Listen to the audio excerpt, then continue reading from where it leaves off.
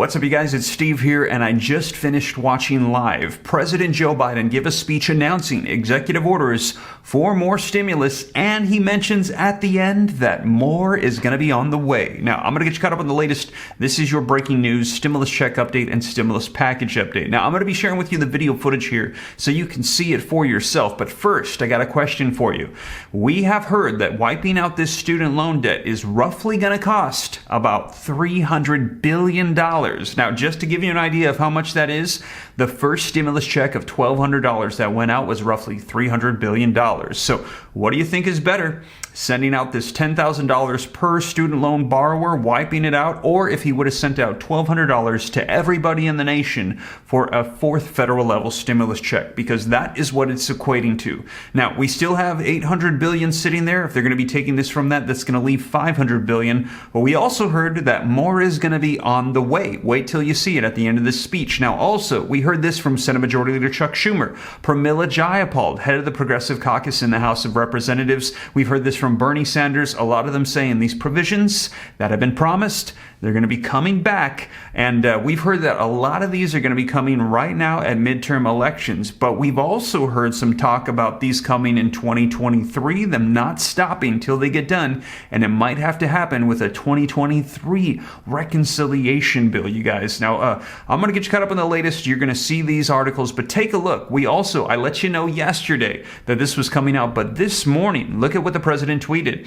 He said, "In keeping with my campaign promises." So I let you guys know this was a campaign promise. There were some other campaign promises as well. Social Security increases, child tax credits, wiping out student loan debt, free college tuition, free child care. Also, what about those stimulus checks? Sounds like he's starting to remember those promises. We're going to be seeing what unfolds here. But take a look. My administration is announcing a plan to give working and middle-class families breathing room as they prepare to resume federal student loan payments in January of 2023. I'll have more details this afternoon. I'm going to share with you exactly what he had to say, and he tweeted this out. The Biden administration's student loan debt plan, forgiving debt, $20,000 if you went to college on a Pell Grant, $10,000 if you didn't have a Pell Grant, and forgiveness only applies to those earning less than $125,000 a year. That's $250,000 for couples filing jointly. And listen to this, the student loan pause is going to be extended for one final time. He's saying this is the end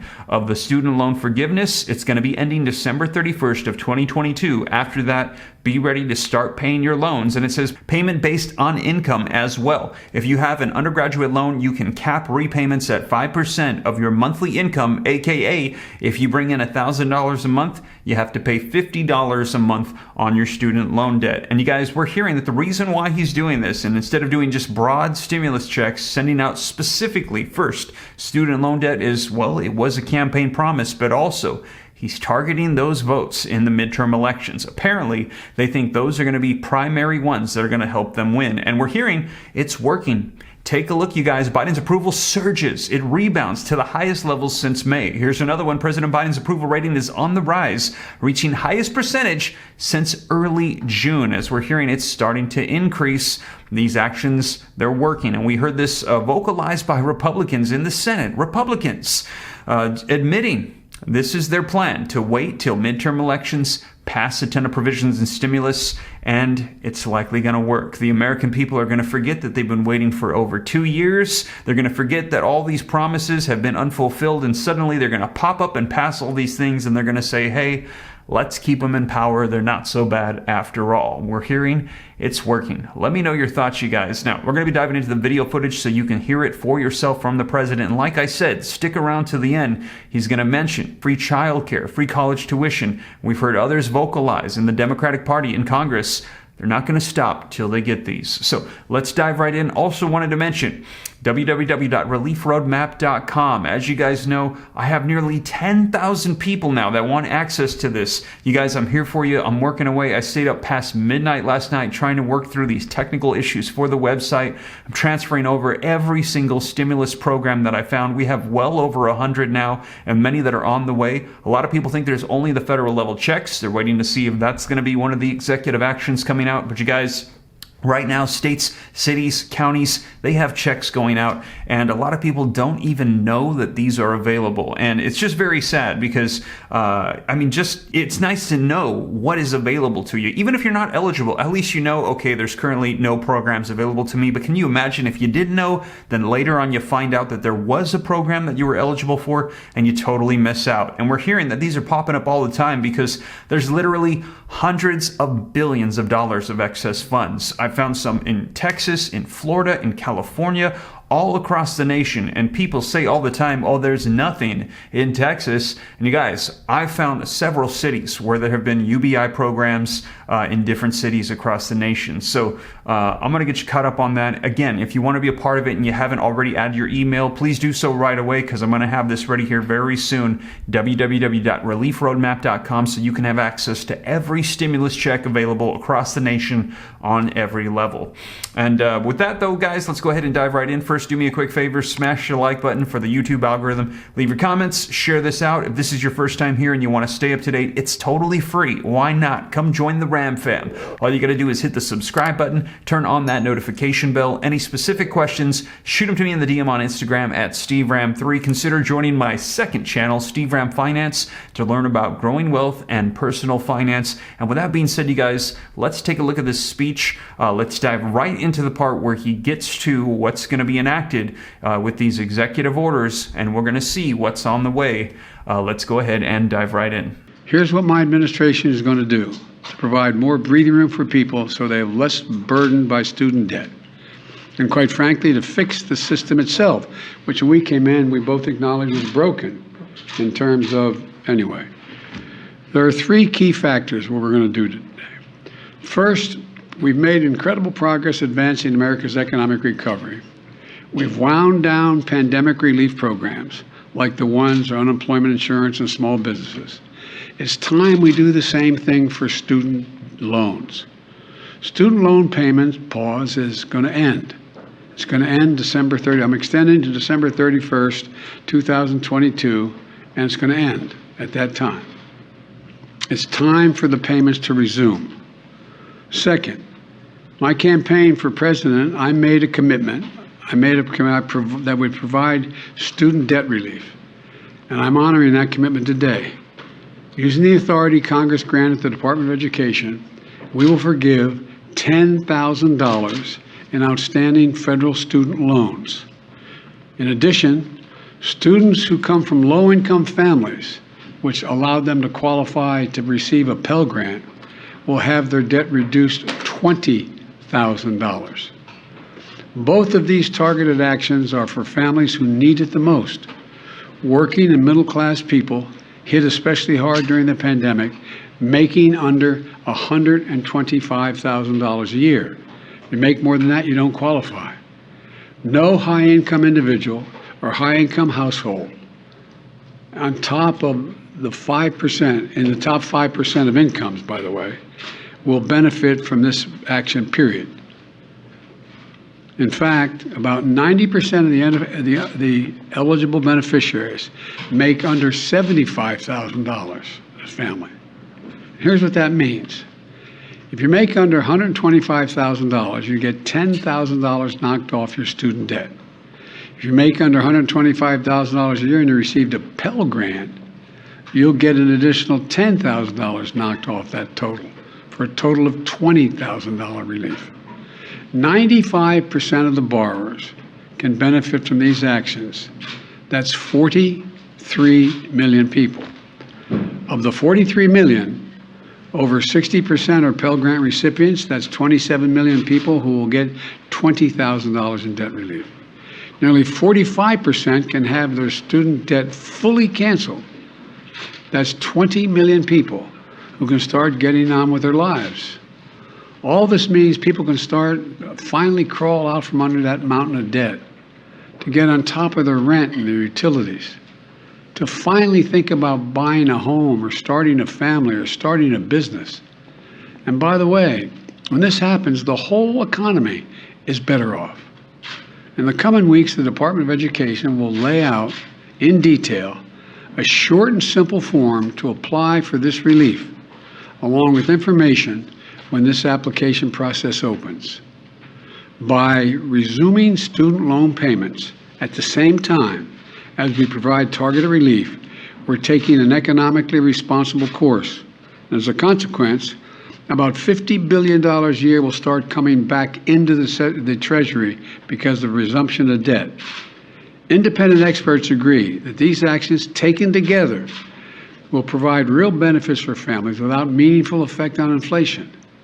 Let's be clear. I hear it all the time. How do we pay for it? We pay for it by what we've done. Last year, we cut the deficit by more than $350 billion. This year, we're on track to cut it by more than $1.7 trillion by the end of this fiscal year, the single largest deficit reduction in a single year in the history of America. And the Inflation Reduction Act is going to cut it by another $300 billion over the next decade because Medicare will be paying less for prescription drugs, and over $1 trillion if you add it out for the next 2 decades.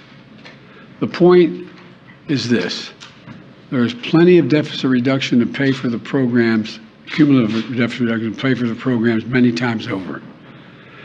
I will never apologize for helping Americans, working Americans and middle class, especially not to the same folks who voted for a $2 trillion tax cut that mainly benefited the wealthiest Americans and the biggest corporations, that slowed the economy, didn't do a hell of a lot for economic growth, and wasn't paid for, and racked up this enormous deficit. Just as we've never apologized when the federal government forgave almost every single cent of over $700 billion in loans to hundreds of thousands of small businesses across America during the pandemic. No one complained that those loans caused inflation. A lot of these folks in small businesses are working in middle-class families. They needed help. It was the right thing to do. So the outrage over helping working people with student loans, I think, is just simply wrong, dead wrong. Third thing, we're fixing the student loan program system itself. We've talked about this at length. This is really important. We're proposing to make what's called an income-driven repayment plan simple and fair. And here's how. No one with an undergraduate loan today or in the future, whether for community college or a four-year college, will have to pay more than 5% of their discretionary income to repay their loan. That's income after you pay the necessities like housing, food, and the like. You currently pay 10%. We're cutting that in half to 5%. And after you pay your loan for 20 years, your obligation will be fulfilled if it hadn't already been fulfilled, meaning you won't have to pay any more, period. And borrowers whose original balance was less than $12,000, many of whom are community college students, will be done paying just after 10 years. These changes will save more than $1,000 a year on average for the borrower. It's a game changer. We're also fixing what's called, and this has been the bane of driving me crazy when I was out of office, the Public Service Loan Forgiveness Program. Now, this program forgives student loans to encourage those students who have those loans if they go into public service. Think of the millions who are public school teachers, local police officers, workers at local charities, members of the military and the National Guard, and so many more. Think of the folks who work for federal, state, local, tribal governments, keeping essential services going, responding to natural disaster, all those firefighters and cops. The program is designed so that if you serve in one of these jobs, and we'll be able to list those and you'll be able to accurately assess whether you do, and make your loan payments for 10 years, even if it's not consecutive years, your remaining balance will be completely forgiven. It's a great idea, but the program's a mess. It's so inefficient and complicated, too many people just give up. Think of a service member who defers their student loan payment while they're deployed. The system is so restrictive that their active duty service didn't count as public service, and the loan isn't forgiven as promised. It's outrageous. Well, the man to my left is going to fix it. The Department of Education has recently proposed changes that will make this program work better and over the long term, much better. And now the department issues emergency temporary changes to retroactively credit public service so accounts and loans are forgiven. Since I've been in office, more than 175,000 teachers, nurses, police officers have been able to get over $10 billion in loan forgiveness so far through this program. But this opportunity expires on October 31st, 2022. So my message to all servants, all public servants, all those who are the ones that are volunteering, is out with student debt to go. Here's what you want, if you're worried about how to do it, go to pslf.gov before October 31st to see if you qualify for public service student loan forgiveness. This is another game changer. And we're going to have people who are there to help get you, help direct you and work you through the process. And one more big change we're making to the system is we're holding colleges accountable for jacking up costs without delivering value to students. We've all heard of those schools luring students with a promise of big paychecks when they graduate, only to watch these students be ripped off and left with mountains of debt. And my predecessors looked the other way, for some reason, with good reason, to do anything about this fraud. My administration is taking it on. For example, the Department of Education works with private education associations to accredit colleges and universities so they can receive federal aid. Well, last week, the Department of Education fired a college accreditor that allowed colleges like ITT and Corinthian to defraud borrowers.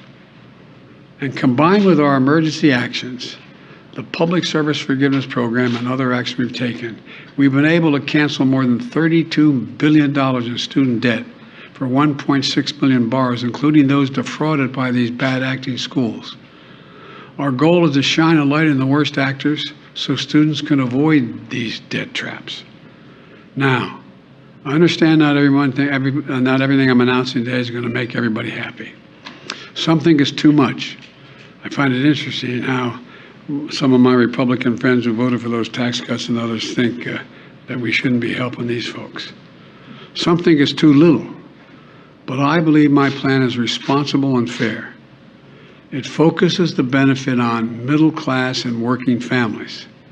It helps both current and future borrowers, and will fix a badly broken system.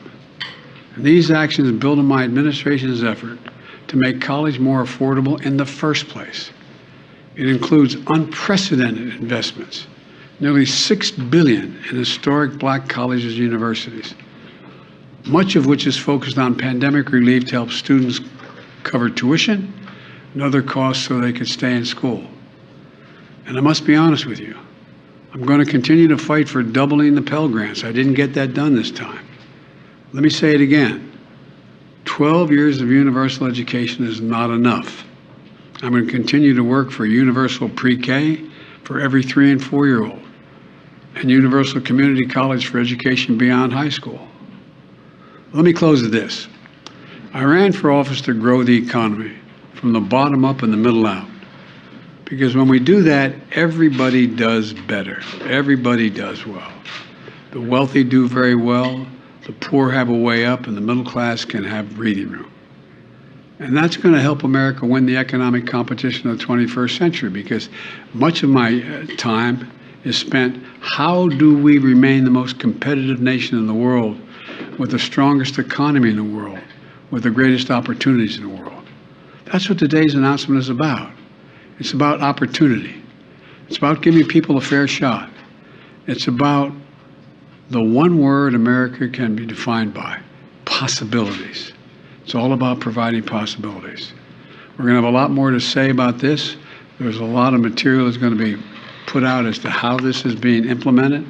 And I want to thank you all, and God bless you all. Thank you, thank you, thank you. Mr. President, how much advance notice did you have of the FBI's plan to search Mar-a-Lago? I didn't have any advance notice. None. Zero. Not one single bit. Thank you. Mr. President, is this unfair to people who paid their student loans or chose not to take out loans? Is it fair to people who, in fact, do not own multi-billion-dollar businesses? They see why these guys give them all taxes. Is that fair? What do you think? What about people who paid their loans, though, struggled to pay their loans, and now... Wow, so there you have it, you guys. That was President Joe Biden's announcement today that he's going to be canceling $10,000 to $20,000 of student loan debt per borrower. And we're going to be seeing what other executive actions unfold. Now, you heard there at the end them asking, well, is that fair to those that have paid off their student loan debt? Or what about those that didn't go to college? And now they're going to be feeling the negative impacts on our economy due to wiping out this debt, the inflation. And we're hearing that this could be tapping into those American Rescue Plan funds. I let you know in a previous video earlier this morning. Let me know your thoughts, you guys. Is this right? Is this fair? Let me know what you think. We're also hearing that this is probably going to be challenged. Republicans are saying we're not just going to let this unfold. This could be challenged in court, whether or not the president has the authority to do so. Now, we heard that he has, but if it's deemed that he doesn't, well, that's going to be kind of awkward. We're going to see what happens, you guys. Now, I will keep you up to date every step of the way, and we're going to be seeing what other executive actions are going to be unfolding here very soon, because he's saying he's fulfilling this promise of wiping out $10,000 of student loan debt. But what about the other promises that I mentioned to you in my last video? Child tax credits, Social Security increases, stimulus checks. We heard him just mention free college tuition, free child care. And if I were, say, a politician holding out for the very last minute right before the elections to start doing executive actions, I would probably do them in that order that we're seeing, and then stimulus checks would probably be the big one right before the elections. But we will see, you guys. And also, if they can't figure out how to get these done, we're hearing 2023 right around the corner. They could be doing some more as well. But we will see. Keep you up to date every step of the way. And as always, you guys, thank you so much for joining me. If you made it this far and you haven't already, don't forget to take a quick second, smash the like button for me. Helps out the channel a ton. Thank you so much. Leave your comments, share this out. If you want to stay up to date, totally free. Why not? Hit the subscribe button, turn on the notification bell. Any specific questions for me, shoot them to me in the DM on Instagram at SteveRam3. Consider joining the second channel, Steve Ram Finance, to learn about growing wealth and personal finance. And if you haven't already, don't forget, add your email at www.reliefroadmap.com to get added to the wait list, as we're going to be releasing the comprehensive list of every single stimulus check across the nation, so you don't miss out on anything. But with that being said, you guys, once again, thank you so much for joining me, and I will catch you in the next one. Take care. God bless. This is Steve.